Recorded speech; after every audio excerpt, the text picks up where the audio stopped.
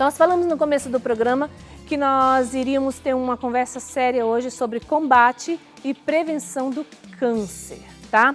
E nós já temos aqui na nossa sala de visitas aqui da nossa casa e da sua também, porque a sua sala é uma extensão da nossa. Nós temos o Dr. Fernando Medina, que é oncologista, tá? E a nutricionista conosco é a Edna Sakamoto, que vai nos falar também da prevenção através de uma boa alimentação, né? Gente, muito bem-vindos. Bem-vindo à nossa casa do Mulher.com. Tudo bem? Fiquem à vontade. Nós vamos conversar esse assunto que é um assunto sério, né? Que cada vez mais essa doença tem tirado pessoas queridas da nossa vida, né? E é uma doença muito cruel, né? Que deixa a pessoa muito debilitada e todo mundo sofre, não só o paciente. Não é isso mesmo, doutor Fernando? Não tenha dúvida. Drica, no Brasil, esse ano nós vamos ter mais de 600 casos novos de câncer e esses pacientes serão submetidos, a grande maioria deles, alguns não têm a oportunidade, porque não têm acesso ao tratamento, infelizmente, receberão o tratamento com quimioterapia, radioterapia, cirurgia e apoio psicológico, nutricional, fisioterapia. Hoje, o tratamento do câncer tem melhorado muito. Se a gente vislumbrasse há 50 anos atrás, existia o cirurgião, o oncologista e o radioterapeuta. Hoje não. Hoje é uma equipe multidisciplinar, né, que trabalha unida, tanto na prevenção como no tratamento, e isso tem melhorado muito os resultados finais. Hoje nós podemos dizer que mais de 60% de todos os casos de câncer têm uma sobrevida maior do que 5 anos. Alguns tumores, como próstata e mama, nós temos uma chance acima de 90% de chance de sobrevivência acima de 5 anos. Olha só. E o doutor Fernando, quero dizer para você, ele é diretor do Centro de Oncologia aqui de Campinas, pertinho da gente. Também dirige o Centro de Câncer Francisco Cunha Filho, né? E também o Centro de Oncologia de Limeira, não é isso, doutor? Sim. Então, o senhor lida com muitos pacientes, né? São 3 lugares, 3 centros que recebem muitos pacientes. E são pacientes do Brasil inteiro que acabam procurando esses lugares? Sim, principalmente a unidade de Piracicaba recebe pacientes do Brasil inteiro. E porque lá tem um atendimento de SUS, que é 80% do atendimento da unidade, e então lá recorrem pacientes do Brasil inteiro. A doutora Edna, que está aqui conosco, gente, ela é especialista em nutrição funcional e marketing. Doutor, o doutor Fernando falou desse conjunto que hoje existe de pessoas unidas, né, para tratar a doença dos pacientes que vêm procurar esse tratamento. E antes não tinha. Como que é esse agregar, por exemplo, essa nutrição, tem a psicologia? Como que é o resultado dessa união de profissionais? Exatamente. O esforço dessa equipe multidisciplinar é super importante para você dar um suporte para o paciente em vários aspectos, né? E lembrando que a prevenção do câncer através da alimentação deve ser muito enfatizada, porque as pessoas acabam achando que vai precisar comer um super alimento, algo super diferenciado, e hoje a gente vai estar mostrando um pouquinho que isso, na verdade, faz parte de uma alimentação do dia a dia, uma alimentação com mais frutas, mais verduras, os alimentos mais integrais como um fator de proteção e prevenção para o aparecimento, para o desenvolvimento do câncer, né? Olha só, e gente, daqui a pouquinho nós vamos mostrar para vocês lá na nossa cozinha com a doutora, ela vai mostrar alguns alimentos que você vai poder usar na prevenção desse câncer. Hoje nós estamos Mundial do Combate, né? O Dia Mundial do Combate e Prevenção do Câncer, e o nosso querido Carlão esteve em uma das unidades que o doutor Fernando é diretor, porque houve hoje movimentações em vários lugares do Brasil, né, para mobilizar, para acordar a população, para instruir, para formar e educar a população como se prevenir dessa doença. E o Carlão esteve lá no centro e vai mostrar para a gente como que foi esse dia lá no centro. Carlão? Olá, Drica, olá para todos vocês sintonizados no programa Mulher.com. Gente, como o próprio painel já diz aqui, dia 8 de abril é Dia Mundial de Combate ao Câncer. Gente, esse dia tão especial. E aqui no Centro Oncológico de Campinas, um trabalho é feito também para conscientizar, para informar as pessoas sobre essa doença que nos atinge e que nos afeta tanto. E para isso vamos falar com a psico-oncologista, é isso mesmo? Isso mesmo. Falei certo o nome aqui, viu, Drica? Então tá tudo certo. Deixa eu perguntar para você qual que é a importância desse evento, o que vocês procuram fazer, qual que é o objetivo desse evento que vocês realizam aqui nesse dia tão importante? Bom dia para todos.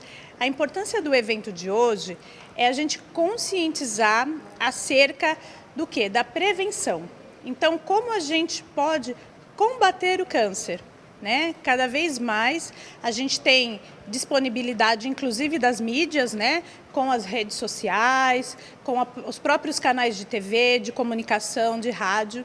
Então a gente faz essa campanha do dia 8, que é o Dia Mundial de Combate ao Câncer, para conscientizar a população de uma forma geral de maneiras que possamos fazer para combater o câncer, né? Porque é importante a gente trabalhar no que a gente chama, né, dessa atenção primária do que o que eu posso fazer para evitar. Existem muitos cânceres que nós podemos evitar, né, como por exemplo o câncer de pulmão, né? Então, não fumar, ter hábitos saudáveis. Então, hoje o objetivo é aqui com os familiares que estão aqui, para que eles levem para a população e também os pacientes que já estão em tratamento, para que eles levem para suas comunidades medidas de prevenção mesmo, o que podemos fazer para combater o câncer. Tá certo, doutora, muito obrigado. É isso, viu, gente? O recado é informação, passar conhecimento para as pessoas que não conhecem muito sobre o tema e acabam falando até muitas besteiras de vez em quando. Gente, então vamos conversar agora com a Adriana, essa pessoa que já nos deu entrevista, viu, gente? No Vídeo Saúde, já está experiente aqui. Tudo bem com você? Tudo, e você? Tudo bem também. A Adriana tem um depoimento muito interessante, gente, desse trabalho multidisciplinar. Muitas pessoas acham, nossa, é médico, é enfermeiro, mas, gente, tem toda uma equipe envolvida, é nutricionista, é psicólogo, enfim, tem uma gama de profissionais envolvidos nesse tratamento. E ela tem uma experiência muito bacana para contar com a psicologia, é isso mesmo, Adriana? Exatamente, a psicologia, a psicóloga me ajudaram. A gente sabe que a gente vai passar pelo tratamento, vai ter a medicação, mas o câncer mexe demais, principalmente de mama, com a feminilidade. A gente perde cabelo, no meu caso, eu fiz cirurgia. Então, isso me ajudou ao que esperar do tratamento, a como me relacionar com isso. Então, o tratamento psicológico, para mim, foi essencial para a minha cura, e eu estou curada. Então, recomenda que esse trabalho psicológico é realmente muito importante. Você recomenda para quem está em tratamento a investir nisso? Não só para quem está em tratamento. O tratamento psicológico é para a vida. É muito importante porque é onde a gente descobre quem nós somos e a gente pode superar as dificuldades. Perfeito, Adriana, muito obrigado. Vale lembrar que a Adriana já venceu a doença, né, Adriana? Já venci, eu estou curada.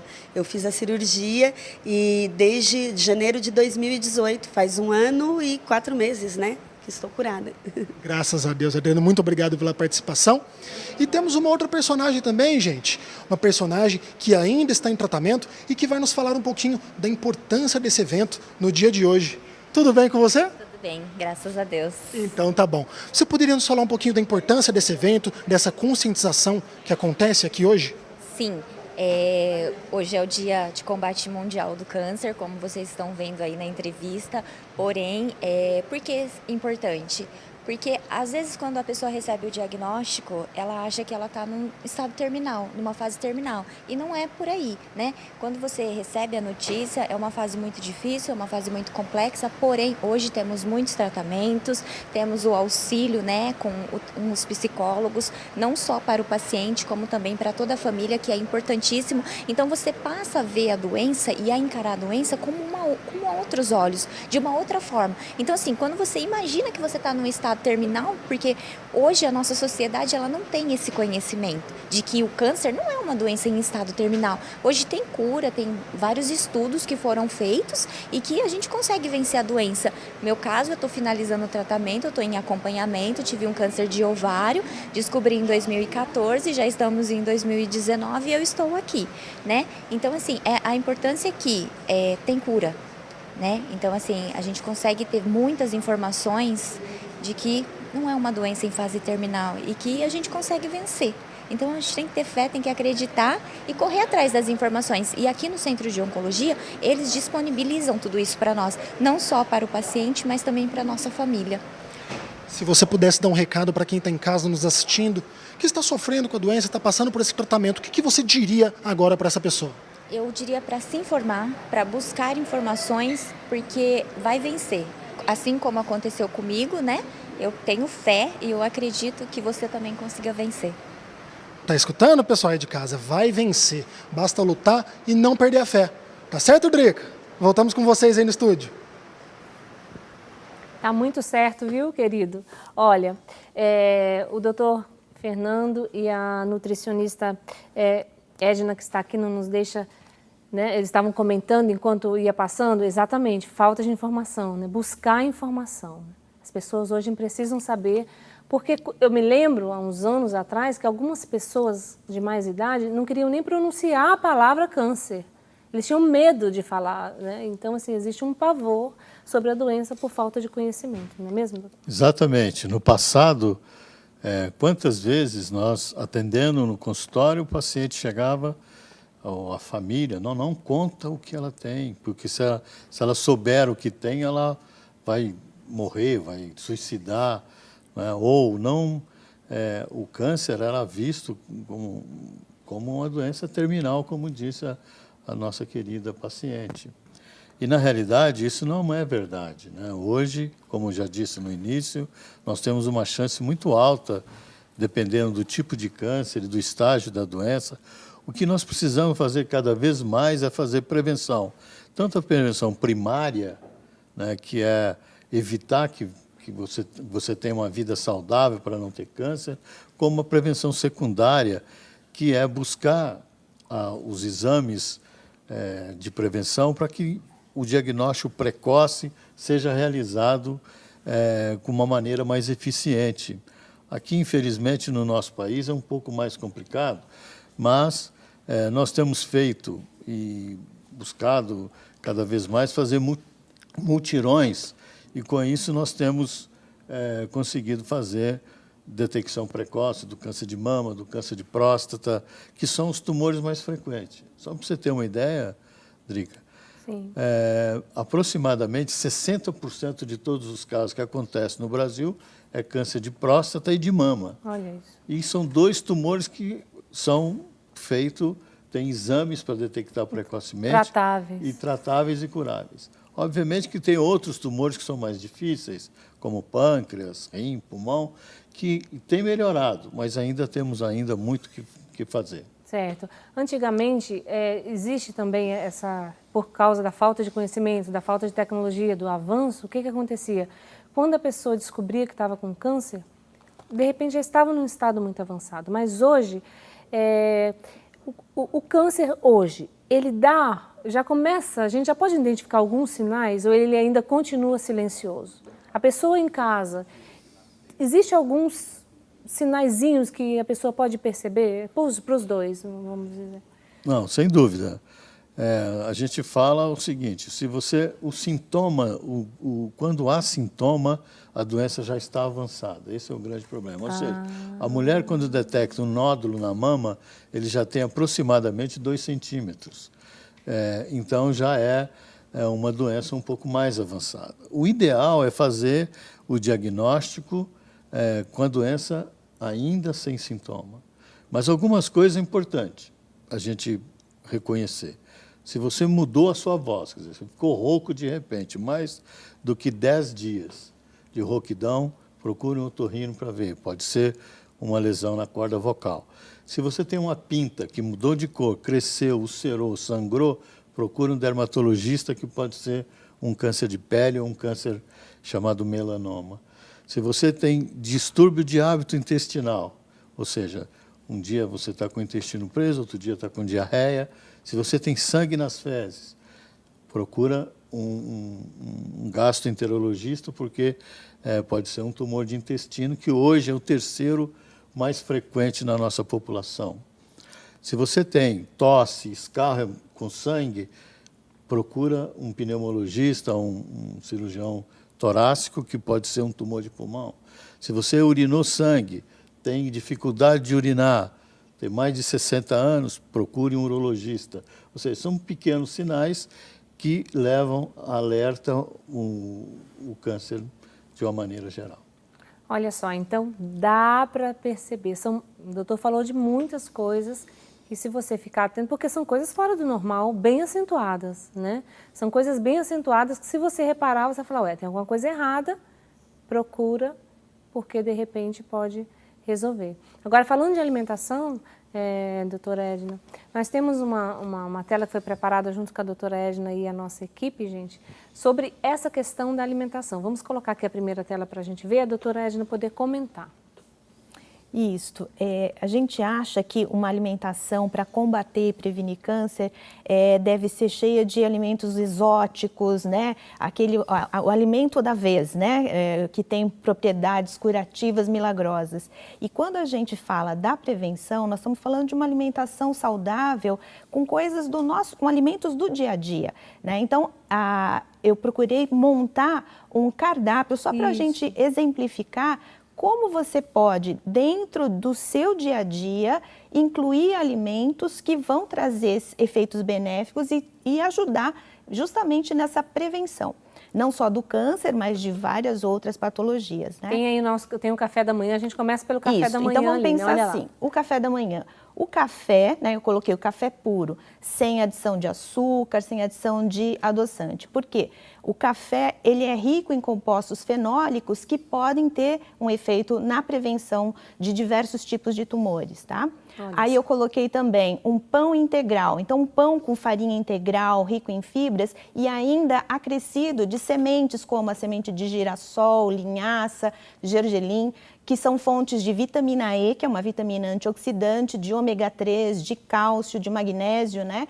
Junto com o quê? Com uma manteiguinha de azeite e ervas. Então, trabalhando então com azeite extra virgem e ervas com efeito também protetor. Então, como é que faz essa manteiguinha de azeite? Simplesmente congela o azeite com as ervas no freezer e usa para passar no pão. Isso Olha já só. foi um café da manhã. Bem tranquilo, gente. Super... É o quê? Pão integral. Isso. E aí, se você achar com semente de girassol, café, gente. Café preto. Exato. E o azeite ali congelado com ervas que você vai usar como margarina. Como manteiga, isso, né?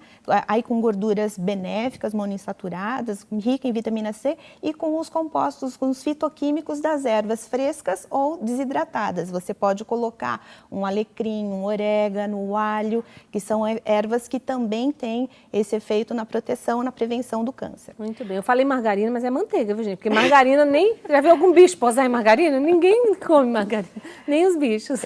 Gordura trans, né? É.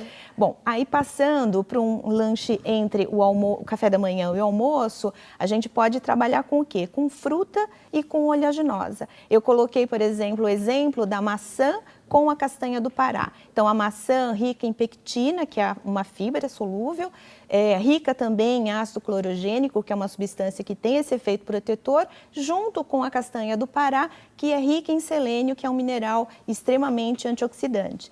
Coloquei também uma outra opção de fazer um suchá. O que é um suchá? É a mistura de chá com um suco. Então, eu coloquei o chá verde, que é rico em catequinas, né, que são substâncias também protetoras, batidas com frutas vermelhas ou qualquer outra fruta. Então, você faz a associação da infusão do chá verde, que é a Camellia sinensis, com uma fruta vermelha da época, tá? Pode ser morango, mirtilo, amora, o próprio açaí. Por que vermelha, fruta vermelha, doutora? Por conta do pigmento que é rico em antocianina e ácido elágico, que os estudos mostram que tem também um efeito protetor e preventivo em relação ao desenvolvimento de vários tumores, né? Tá.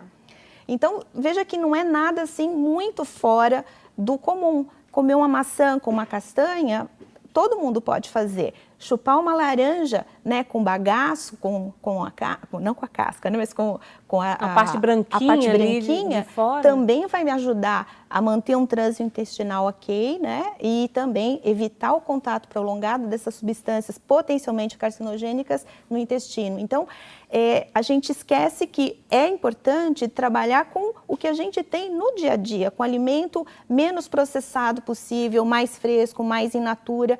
E a recomendação que a gente sugere é que você consuma, no mínimo, 5 porções dessas, entre frutas e verduras. 2 porções de frutas e 3 de vegetais com pouco amido. Então, a gente está falando de brócolis, de repolho, de cenoura, enfim, para você incluir no seu dia a dia, né, trazendo então vários benefícios. E quanto mais colorida for essa composição, maior também vai ser a variedade de nutrientes e de fitoquímicos, que são esses pigmentos, né, presentes nos alimentos, sim, com efeito protetor. Então, não é pensar num único alimento mágico, milagroso, que vai resolver e prevenir tudo. Na verdade, é mais simples do que a gente pensa essa prevenção. Você está vendo pelo café da manhã. Daqui a pouco a gente vai falar mais outros cardápios e a gente vai lá na cozinha mostrar os alimentos que a doutora trouxe para a gente.